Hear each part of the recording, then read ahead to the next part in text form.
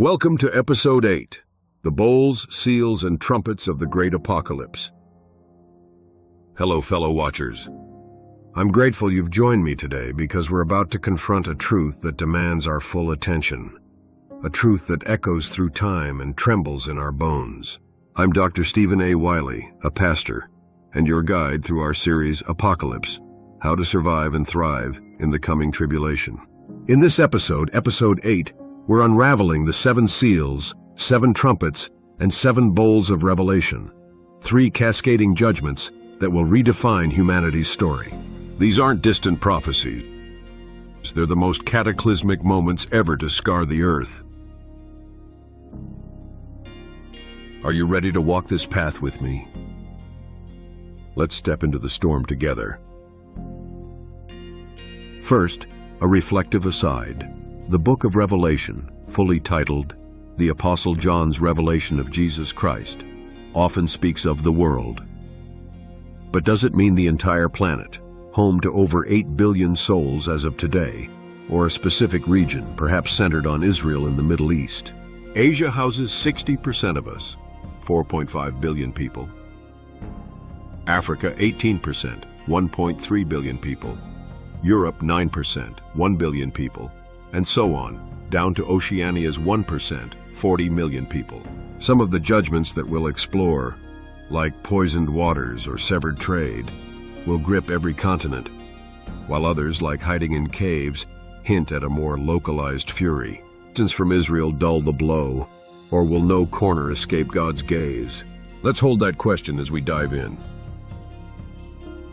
The 7 seals, the scroll of destiny unfurls. Picture a scroll, ancient and sacred, sealed with 7 wax locks, each one guarding a decree of divine wrath. In Revelation chapter 5, John mourns as no one proves worthy to break them, until the Lamb, Jesus Christ, the Lion of Judah, takes it from the throne. With each seal snapped, the scroll unrolls, peeling back layers of judgment. It's no mere document. It's a ledger of reckoning, written on both sides, bursting with consequences. The first seal. A white horse thunders forth, its rider crowned, bow in hand, promising peace. This is recorded for us in the book of Revelation chapter 6, verses 1 and 2. This is the Antichrist, a deceiver cloaked in diplomacy, Daniel chapter 9, verse 27. He'll broker a treaty, perhaps a 7-year pact, lulling nations into false security before his conquest begins. No mass deaths yet, but the stage is set for billions to trust a lie. What would it feel like to cheer a savior who's secretly your doom? Population? 8 billion untouched so far. The second seal. A fiery red horse charges in, its rider wielding a massive sword. Revelation chapter 6, verses 3 and 4. Peace shatters as war erupts, global or regional, it's brutal. Burn, armies clash, and perhaps 500 million perish in the chaos, a conservative guess as nations turn on each other. How do you hold on to hope when the world ignites? Population drops to 7.5 billion. The third seal. A black horse strides out, scales dangling from its rider's hand, recorded by the Apostle John in Revelation chapter 6, verse 5 and 6. Famine grips the earth, a quart of wheat for a day's wage, oil and wine spared for the elite. Starvation claims another 500 million as crops fail and markets collapse, hyperinflation making bread a treasure. Have you ever weighed survival against a crust of bread? Population, now at 7 billion. The fourth seal. A pale horse, its rider named Death, with Hades trailing close, Revelation chapter 6, verse 7 and 8, unleashes a quartet of killers, sword, famine, plague, and wild beasts. A quarter of humanity, 2 billion falls, their bodies littering a groaning earth. Plagues like boils or pestilence sweep through, beasts emboldened by chaos. Can you hear the silence of 2 billion graves? Population plummets to 6 billion. The fifth seal. Beneath heaven's altar, martyrs in white robes plead for justice. Revelation chapter 6, verses 9 and 11. More, say 100 million die for their faith, hunted by the Antichrist regime. Their blood stains the tribulation's midpoint, a sacrifice God vows to avenge. Would you stand firm if death was the cost of belief? Population, now hovering around 5.9 billion. The sixth seal. The earth convulses. An earthquake of cosmic scale shifts mountains and islands. Revelation chapter 6, verses 12 through 14. The sun blackens, the moon reddens, stars fall like figs in a storm. Supply lines snap. Millions, perhaps 400 million, die in the upheaval and ensuing panic. Survivors hiding in caves, crying for rocks to crush them. Revelation chapter 6, verses 16 and 17. Why choose death over facing the Lamb's wrath? Population 5.5 billion survivors remain, becoming fewer every day. The seventh seal. Heaven falls silent for half an hour, a holy hush. Revelation chapter 8, verse 1. There is nothing louder than silence. No direct deaths, but fire from the altar sparks thunder, lightning, and quakes. Revelation chapter 8, verse 5. 7 angels grasp trumpets poised to amplify the woe. What does that stillness scream about what's next? Population holds at 5.5 billion souls. Will strip away illusions, claiming over 2.5 billion lives by some estimates. War, famine, and quakes redraw the map, yet defiance festers. If you saw this unfold, would you see judgment or a plea to turn back? Will there be any left to bury the dead? The 7 trumpets, the blare of escalating ruin. The seventh seal splits and trumpets sound, a piercing call to deeper wrath. Detailed in Revelation chapters 8 through 11, these judgments target creation itself, land, sea, sky, and soul. They're the seventh seal's contents, a relentless crescendo of divine fury. The first trumpet. Hail and fire laced with blood rain down, torching a third of the trees and all grass. Revelation chapter 8, verse 7. Smoke darkens the skies, oxygen thins, and famine looms. Perhaps 200 million die as fires rage and food chains collapse, livestock and humans alike starving. How do you breathe when the air turns to ash? Population diminishing to around 5.3 billion. The second trumpet. A blazing mass, like a mountain, crashes into the sea. Revelation chapter 8, verses 8 and 9. A third of the waters turn to blood, a third of ships sink, a third of sea life rots. Trade halts, disease spreads, and 300 million perish from starvation and sickness. What's left when the oceans choke on death? And down to 5 billion survivors. The third trumpet. A star wormwood blazes down, poisoning a third of fresh water. Revelation chapter 8, verses 10 and 11. Rivers and springs turn bitter, killing 400 million as thirst and toxins claim the vulnerable. Aquifers may linger, but surface water's gone. How long can you last with poison in every sip? Population 4.6 billion. The fourth trumpet. A third of the sun, moon, and stars darken. Revelation chapter 8, verse 12. Crops fail, cold bites, and 100 million succumb to starvation and despair in the gloom. An eagle wails, "Woe!" 3 trumpets remain. What anchors you when light itself fades? Population 4.5 billion.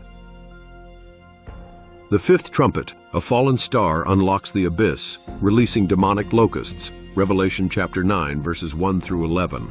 For 5 months they sting the unmarked with scorpion-like tails, tormenting but not killing. No deaths, but millions writhe, led by Apollyon, their demonic king. Would you beg for death if it refused to come? Population still holding around 4.5 billion. Sixth trumpet. 4 angels at the Euphrates unleash a cavalry of millions. Revelation chapter 9, verses 12 through 21. Fire, smoke, and sulfur from lion-headed horses slay a third of humanity, 1.5 billion of 4.5 billion remaining. Bodies pile up, logistics collapse, yet survivors cling to idols. Why does rebellion outlast such slaughter? Population reduced to 3 billion. The seventh trumpet. Heaven roars. The kingdom is ours. Revelation chapter 11, verse 15. No direct deaths, but the temple opens, quakes rumble, and hail falls. Revelation chapter 11, verse 19. Priming the bowls. Can you feel the victory in that final blast? Population 3 billion souls, down from 8 billion at the start. The trumpets have carved away about 2.5 billion souls, leaving 3 billion gasping. Nature unravels, demons roam, and still hearts petrify. Would you repent or curse the one who sounds the horn? The 7 bowls, the full measure of wrath. The seventh trumpet summons 7 angels with bowls, vials of God's undiluted fury. Revelation chapter 16. These final judgments, poured on the Antichrist kingdom, are the tribulation's apex, unmatched in severity. The first bowl. Festering sores afflict the beast's followers. Revelation chapter 16, verse 2. No deaths, but millions marked by the Antichrist suffer, spared only the faithful. Skin splits, pus flows, a living curse. Cost of loyalty when it festers on your flesh. Population 3 billion. The second bowl. The sea turns to blood, every creature dies. Revelation chapter 16, verse 3. After the second trumpet's third, now all marine life vanishes. Starvation and rot claim 200 million as fisheries collapse. How do you live when the sea's a graveyard? Population 2.8 billion. The third bowl. Rivers and springs become blood. Revelation chapter 16, verses 4 through 7. Another 300 million die, throats parched or poisoned, as angels cry, "Just," for the martyr's blood. Does justice taste bitter when it's this red? Population 2.5 billion. The fourth bowl. The sun scorches with fire. Revelation chapter 16, verse 8 and 9. Heat sears, 100 million burn or dehydrate, yet survivors blaspheme God. Why does pride blaze hotter than the sun? Population decreased to 2.4 billion. The fifth bowl. Darkness engulfs the beast's realm. Revelation chapter 16, verses 10 and 11. Sores worsen, tongues bleed from gnawing, but no mass deaths, just anguish. Finds a soul to mercy in such shadow. Population 2.4 billion. Sixth bowl. The Euphrates River dries, luring kings to Armageddon. Revelation chapter 16, verses 12 through 16.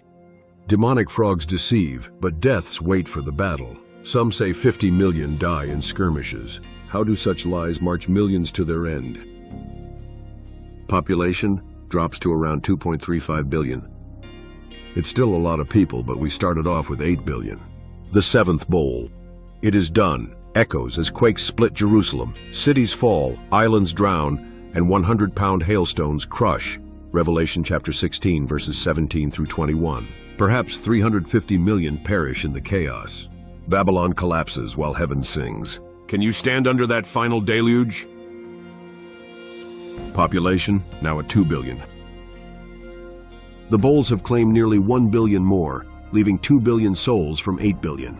The earth fractures, sin peaks, and justice reigns. Would you cheer or quake at such a reckoning? A call to consider and prepare. Here we stand, watchers, at the edge of episode 8. 6 billion souls lost in this vision. 2 billion at the fourth seal, 2.5 billion through trumpets, nearly 1 billion in bowl judgments. Supply lines vanish. Caves shelter the desperate, and still hearts mirror Pharaoh's stone. What would it take to soften yours? These judgments, seals cracking, trumpets blaring, bowls spilling, reveal a God of goodness and severity. Romans chapter 11, verse 22. They're not just warnings, they're invitations. Next time, episode 9 probes the remaining questions. Who goes? And when do we leave? Until then, I need to ask you, where do you fit in this tale? Many people are not certain, and they hope for the best and prepare for the worst. But the Lord has a much better and much more secure plan than that. And we will be looking at his plan in upcoming episodes. May the Lord bless you, protect you, and prosper you as you follow hard after him. Journeying with me. See you soon. This is where it all starts. With your next steps. If this message has ministered to you, there are some things that you can do that would really help us out, and it won't take much of your time. Please give us a like, it forces the algorithms to let others know about this video. Would you please post a comment even if it is a short one? It means a lot to us and we read every one. Also, I know it's a lot to ask, but would you consider sharing this message with your friends? They will be blessed by the message as well. Subscribing means you won't miss any future updates or releases. If you would like to help support our churches and enable us to reach others, here are the details.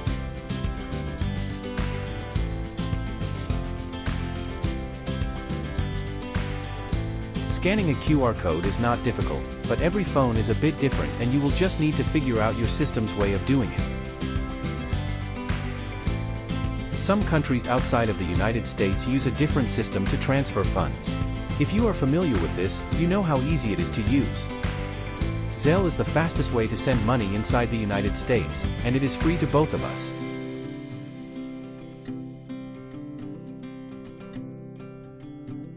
Thank you for your support. We'll be praying for you.